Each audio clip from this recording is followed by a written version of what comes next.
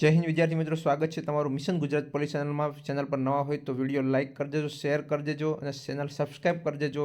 Police ભરતી related કાંઈ બી પ્રશ્ન હોય તો કોમેન્ટ કરો ફટાફટ, અને ખાસ મિત્રોને શેર કરવાનું ભૂલતા નહીં.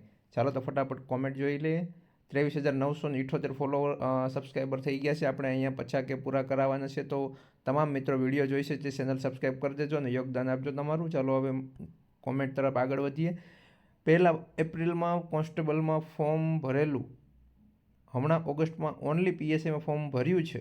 ઓકે, તો રનિંગ સાથે આ કઈ રીતે આવશે? તો જો મારા ભાઈ તમે ઓજસ પર રજિસ્ટ્રેશન કરો છો, ઓકે, રજિસ્ટ્રેશન નંબર હોય છે, એનાથી આપણે ફોર્મ ભરતા હોય છે. તો તમે કોન્સ્ટેબલમાં ફોર્મ ભરો કે પીએસઆઈમાં ફોર્મ ભરો, અલગ અલગ, તો બંનેના રજિસ્ટ્રેશન નંબર તો એક જ રહેશે.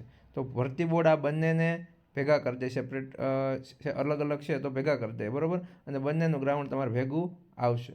ઓકે, એટલે એ તમે ટેન્શન ના લ્યો. તમે કોન્સ્ટેબલમાં ફોર્મ ભર્યું છે, પીએસએમ ફોર્મ ભર્યું છે, બેના રજિસ્ટ્રેશન નંબર એક જ હોય છે.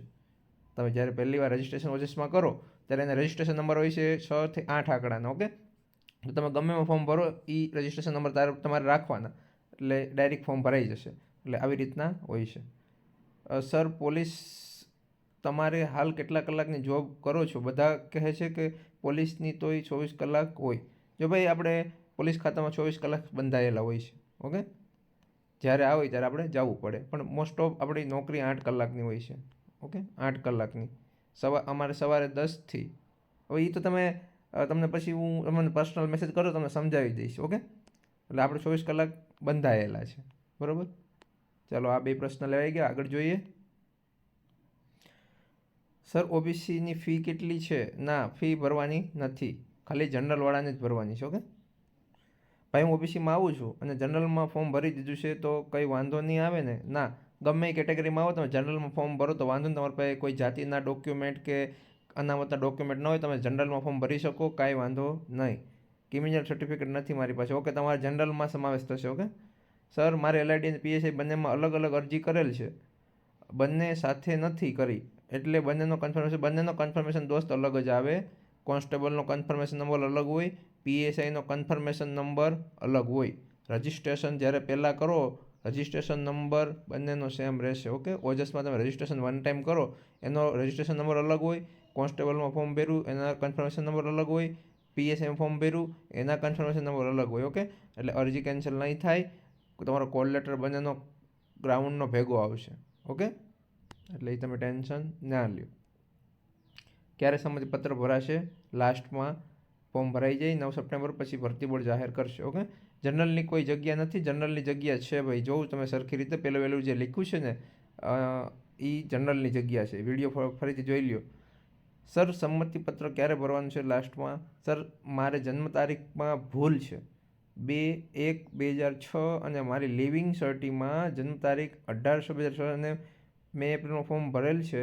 તો મારે શું કરવું હવે? મેં લિવિંગ પ્રમાણે તમારી જન્મ તારીખ, તમે 18 વર્ષના કમ્પ્લીટ હોય, જન્મ તારીખ જવાની જરૂર નથી.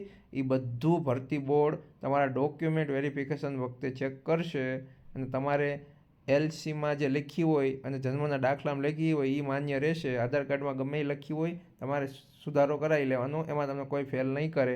તમારે ખાલી મેરિટમાં આવી જવાનું છે, બાકી ભરતી બોર્ડ તમે રસ્તો કરી આપશે. ઓકે, એટલે તમારે એ ટેન્શન લેવાની જરૂર નથી. હવે પાછું ફોર્મ ભરવાની જરૂર નથી.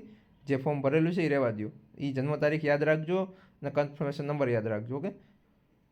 ઓકે ભાઈ, હું આ ઓબીસીમાં આવું છું ને, નોન ક્રિમિનલનો દાખલો નથી, તો હું ફોર્મ ભરી શકું, એટલે પણ એ નાણાકીય વર્ષ એક્સપાયર થઈ ગયું છે. ભાઈ, હું ઓબીસીમાં આવું છું ને, નોન ક્રિમિનલનો દાખલો નથી. તમે ભાઈ જનરલમાં ફોર્મ ભરી દીધું છે, તો પછી શું કરવું છે નોન ક્રિમિનલની?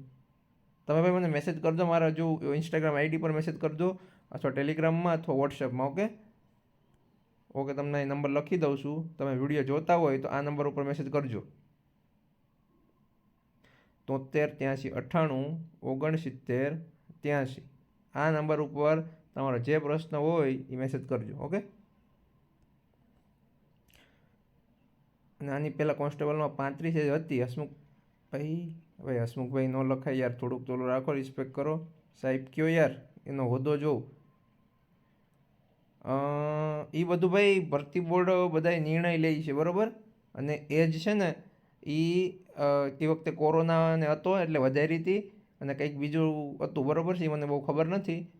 ઓકે, એટલે એમાં તમે પડોમાં તમને 5 વર્ષની છૂટછાટ પણ એમાં મળતી હોય છે. ઓકે, જે ઉંમર માંગી છે 33 વર્ષ, 33 + 5 એટલે આ તમારી ઉંમર હોય તમે ભરી શકો. ઓકે, પછી પાસે એસટીવાળાને વધારે એમાં ફાયદો થતો હોય, બહેનોને 10-10 વર્ષ સુધીની એમાં લિમિટ છે, અને એક્સમેન છે, એક્સ સર્વિસમેન, એને પણ વધારે 45 વર્ષ સુધી ફોર્મ ભરી શકે છે. ઓકે,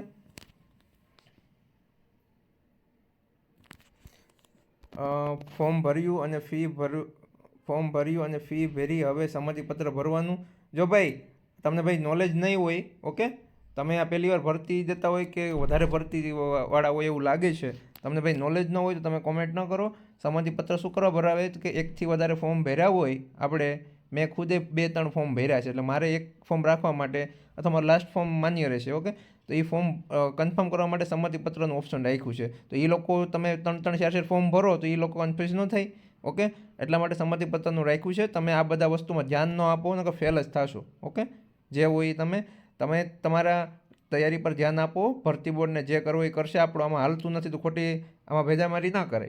તમે તૈયારી પર ધ્યાન આપો, બરાબર. આ બધી વસ્તુમાં તમારે પડવાની જરૂર નથી, બરાબર. બાકી વિરોધ કરતા જ રહેશો ભરતી બોર્ડનો ને બધીનો. ન કરતાં આપણે તૈયારી પર ધ્યાન અપાઈ પાસ થઈ જવાય. સર સંમતિપત્ર ક્યારે ભરવાનું છે? લાસ્ટમાં આવશે. ઓકે સર, જનરલમાં આવું છું તો મારે બિન હથિયારી હારું 1855 રેન્કમાં આવવું પડશે ને, તે શક્ય છે? ભાઈ અમે ફોર્મ ભર્યા ત્યારે 10,459 જગ્યા હતી અને ફોર્મ ભરાણા હતા 12 લાખ. એમાંથી મેં ગ્રાઉન્ડ 25ની અંદર 25 માર્ક, બરાબર, અને થિયરીમાં સારા માર્ક લઈ આવ્યો, એટલે મારે 12 લાખમાંથી પહેલાં તો 25 માર્ક લઈ આવ્યો એટલે 3 લાખમાં આવી ગયો. અને પછી જે જગ્યા 10,000 હતી, બરાબર, 10,000 જે જગ્યા હતી એમાંથી 1,000ની અંદર હું આવી ગયો. ક્યારે આવ્યું હોય છે? એટલે એવું કંઈ ઇમ્પોસિબલ કાંઈ નથી. મહેનત કરો, બરાબર. સંમતિપત્ર કઈ રીતના ભરવું? તો કે કન્ફર્મેશન નંબર અને જન્મ તારીખ નાખીને તમારે સંમતિપત્ર ભરવાનું થશે. સર, મેં ફોર્મ ભર્યું છે, એમાં મારે 12મા માર્ક્સ છે, એટલે ફોર્મમાં મારા 12માની માર્કશીટના માર્ક અપલોડ કર્યા છે તો બરાબર કહેવાય ને? કોન્સ્ટેબલ હોય, પીએસઆઈ હોય, તમારે બેયના પીએસઆઈમાં ભરવું હોય તો બેયના માર્ક તો ભરવાના જ છે, પણ અપલોડમાં ખાલી 12માની માર્કશીટ જ કરવાની છે, બરાબર. મેં પહેલી વાર ફોર્મ ભરેલ છે. સંમતિપત્ર ભરવું? હા, બધાને ભરવાનું થશે ભાઈ. હાલો, હવે વિડીયો લાંબો થઈ જશે. કંઈ પ્રશ્ન હોય તો કોમેન્ટ કરજો. ખોટા ભરતી બોર્ડના અને બધા સરકારના વિરોધ કરવાના રહેવા દો અને તમારી તૈયારી પર ધ્યાન આપો, બરાબર. બાકી મેરિટમાં બધામાં રહી જશો ભાઈ. ઓકે, કડવું લાગશે પણ વાસ્તવિકતા છે. તૈયારી પર ધ્યાન આપો. હવે આવી મોટી ભરતી નહીં આવે. તમારી વખતે 12,000ની ભરતી છે ભાઈ, બરાબર. એટલે આમાં તૈયારી કરી લ્યો, નકર ગોત્યાય નહીં જડો. ચાલો, વિડીયો લાઇક કરી દેજો, શેર કરી દેજો, અને કંઈ પ્રશ્ન હોય તો કમેન્ટ કરો ફટાફટ. જય હિન્દ, વંદે માતરમ.